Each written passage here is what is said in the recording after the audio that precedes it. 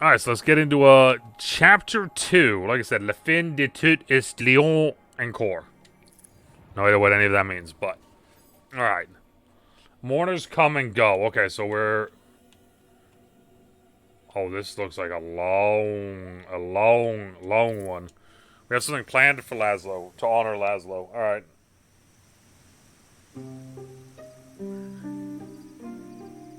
Terrace. It's nice out tonight. Warm, but not overbearing.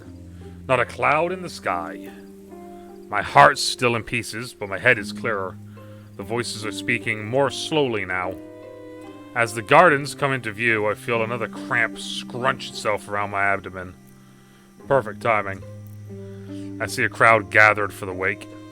Familiar faces, strangers, people from every echelon of Alma society. I answer the sympathetic looks thrown my way with a smile. My thoughts return to Reverie. Even cast in red, it's a familiar place for me now, for better or worse. Truth has been restored, chaos found, and glory rescued. But there's more to do, and I still can't see the outcomes of our story. In this moment, the present is your chief concern. I was not ready for Bond, but appreciate it. It will be painful, but it always is. When many grieve as one, it may hurt less. Okay. Makes sense. I head to the table where Nora and Ursula are sitting, proffering smiles and nods. I've never seen the naiads this crowded. Me neither. Lazlo was loved by all of us. She smiles, her eyes glassy. After a few moments of silence, Ursula and Nora drift off to mingle with the mourners. I, however, stay put. I need a moment to gather myself. In my pocket, I feel my phone buzz. I glance down at the screen. It's a text from Yana. Let me know if you need anything. Yana with all of MK's eyes on them. I hope they're alright. Okay, so we have one of two ways it looks like. Join everyone. Mingle with the crowd. Okay, so mingle with the crowd gets us up to some truth crystals. Join everyone. Interesting enough, gets us some chaos crystals.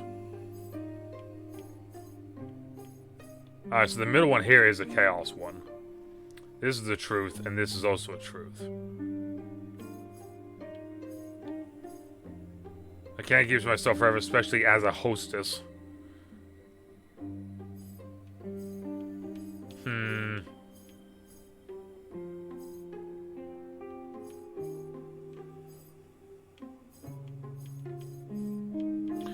Let's mingle with the crowd. Can't keep myself and we're hosting, so I need to meet and greet everyone. We go this way. We're gonna go over here. Go this way. I make my way through the mourners, nodding and smiling until I reach Jade and Nora. Ursula's there too. My mother and Jade aren't the best of friends, but at least there's no open hostility between them. I'm glad. Nora needs stability right now. Hi. Hi. So many people. He was loved. Yeah. Yeah, he was. It hurts to speak about Lazlo in the past tense. Polly, I have something to ask you. But not now. After the ceremony. Okay. If that's all right. Yeah. Sure. We'll talk after. I spy Omar over Jade's shoulder, consoling one of Lazlo's friends from the bar. He notices me, extracts himself with a final kind word and wanders over. These things are always horrible. Sorry, I don't mean to bring down the mood. It's fine. It really can't get much lower. Are you okay? It's just... brings back a lot of memories, you know? Not my first rodeo. Okay. Chat with Jade. Chat with Ursula. Meet Nora. Or speak with Omar. Okay. Omar opens up about grief. Jade changes Nora's mind. Let's try and do that one.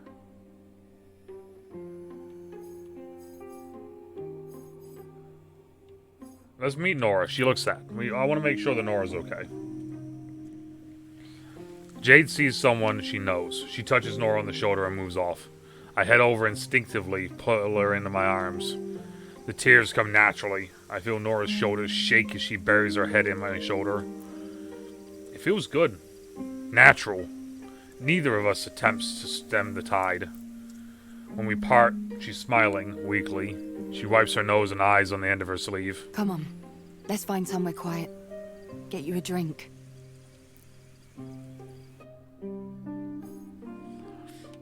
Okay.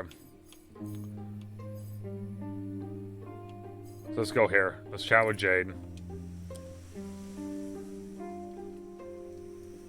I walk over to Jade. The truth is, she looks a little lost. I feel like an imposter here, you know? I liked Lazlo. He was... His type is rare these days. Genuine. Kind.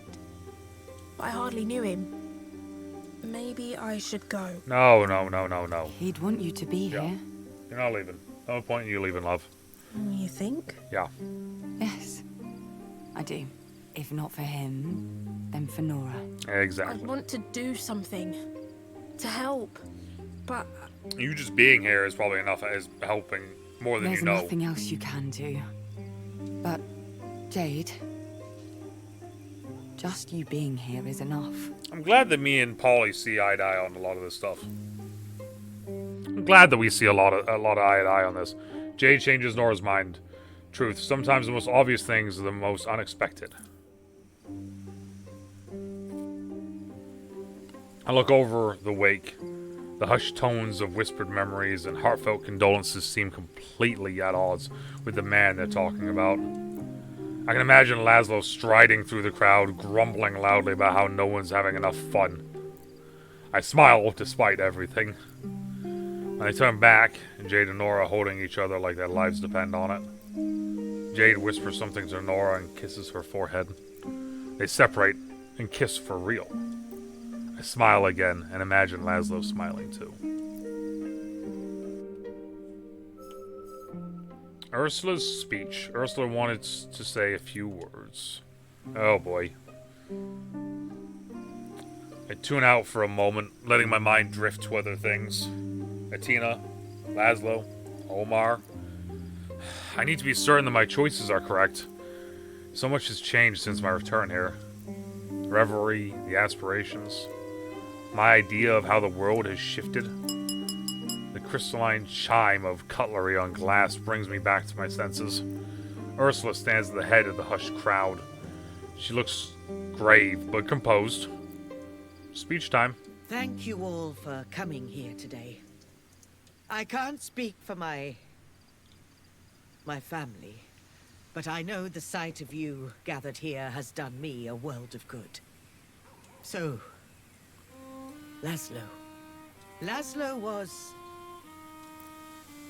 She pauses, her eyes darkening for a moment. Lazlo was my partner. Lazlo was a parent.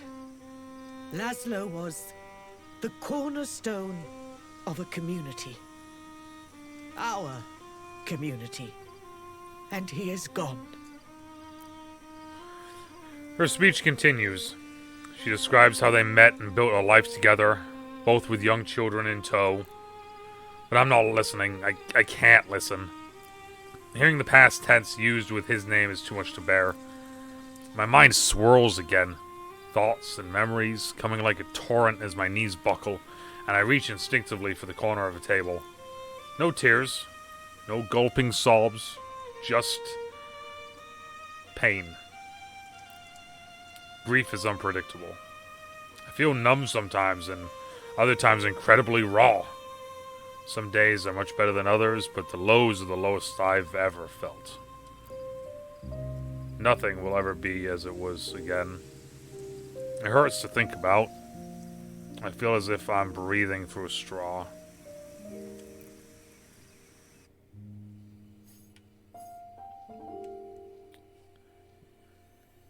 All alone with a memory. So I think I can do this and keep going on here. Yeah, because if I do this, then it revokes that. But if I do this, then it unlocks that hidden node up there. So we're going to do this one. Memories come thick and fast. Lazlo watching my first steps on the diving board. Riding on his shoulders, my first trip to the bar. A grazed knee, a hug, a storm of whispered encouragement and affirmations. I choke on my own breath. My eyes water. I think of Jade, strong, despite everything. Of Omar and his calmness, his seemingly endless knowledge. I think of Yana and their cool detachment. Never ruffled, always vigilant. The demeanor stems in the part from trauma, but they wield it well. And beneath their hard-to-read behavior, they are compassionate and friendly. I'm none of these things. I'm a mess. So why was I chosen? Why am I the one fighting to mend two planes of reality? Why are the aspirations so lost in their own little worlds? It's not fair. The childishness of that thought shocks me out of my spiral. I think of our kiss. Yana and me.